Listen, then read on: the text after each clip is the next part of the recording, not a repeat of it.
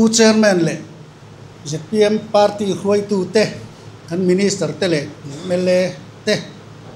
le party mi pui helai local khom te hei thu puan tur toi te kan ne ya MZP hi kar le anin thang dona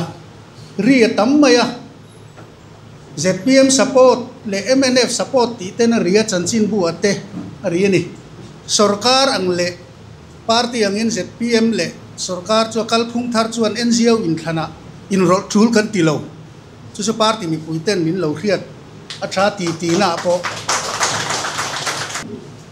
ni kum to pa MSU anin thang le a pakhat ma kan pelo kumin in thana po hian min on deal na sa kan pe mia lo chu wang chuan ZPM kalphung thar sarkar hian NGO in thana in rol thul kan tilawa kan in rol don bok lo party dangat lo in rol ani chuan an thu tu po tling sela thatta ka atlinga piang te tho pui kan tuma anni pon min tho pui ngei kan be sei kalome